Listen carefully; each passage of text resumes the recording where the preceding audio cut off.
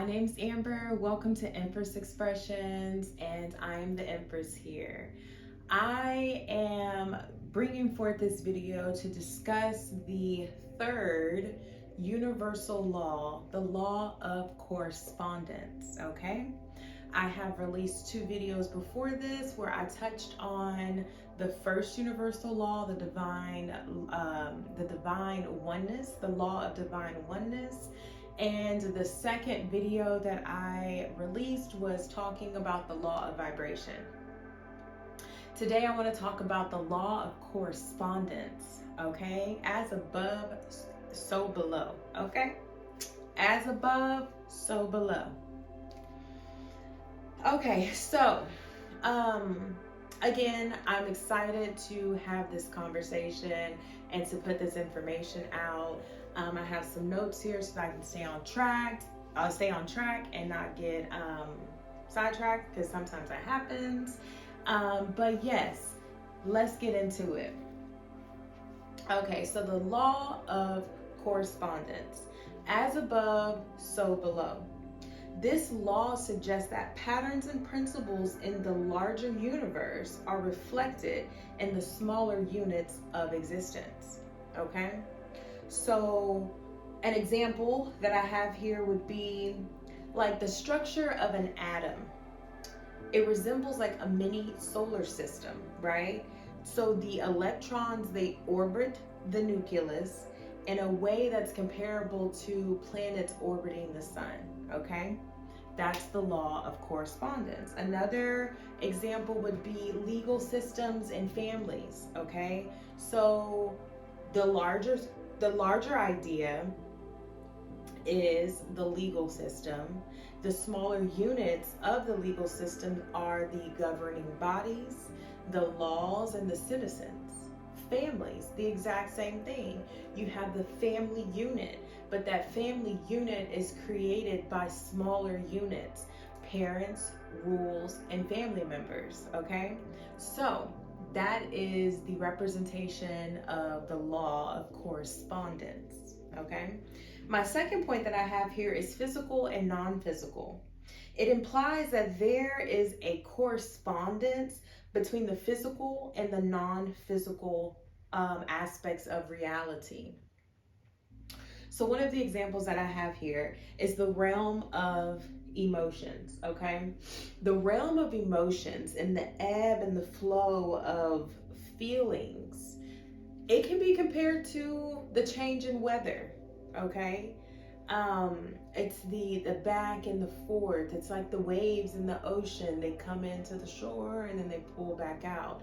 They come into the shore and they pull back out. There's an ebb and there's a flow. Our emotions can sometimes be high, they can sometimes be low. That is an example of the law of correspondence. I also have here language and symbols, okay? So when it comes to language and symbols, they tend to be like a reflection of like larger concepts and universal truths. For example, like the zero. The zero is a symbol of like completion, completeness, like all that is, right? In the Eastern and the Western philosophies, the idea of a circle represents completeness and in eternal nature of existence. It also shows and resembles like unity, right? It's the correspondence of unity, of the coming together, of the all that is. The circle, the zero, that symbol is understood across many cultures as completeness, as oneness, as unity. My fourth point is going to be patterns in nature. So I really like this one because the example that I have here is it's based around trees. I love trees, and just the breakdown of it is just so beautiful, and it just really, really sits well with me in understanding the law of correspondence. So, patterns in nature. Natural patterns and fractals in the world around us reflect the law of correspondence, demonstrating similar structures at different scales. Okay, so now let's dig into this example of the tree. So with the branching patterns of a tree of in its entirety, the limbs, that mirrors the little tiny twigs that come off of those branches, and how they are a mirroring reflection of the bigger picture, but on a smaller scale, right? So it's just this beautiful reflection of all that is at all times, but on different scales, fluctuating and having their own smaller patterns of a larger pattern, but on a different scale and very much unique at the same time. It is beautiful. It also shows the correspondence between the macrocosmics being the entire tree and the microcosmics being the tiny branches and twigs that come off of that tree.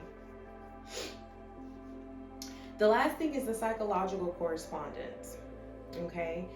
So this is going to kind of go back to like our emotional and our mental states and how it corresponds to our external circumstances. And the example that I have written here is like,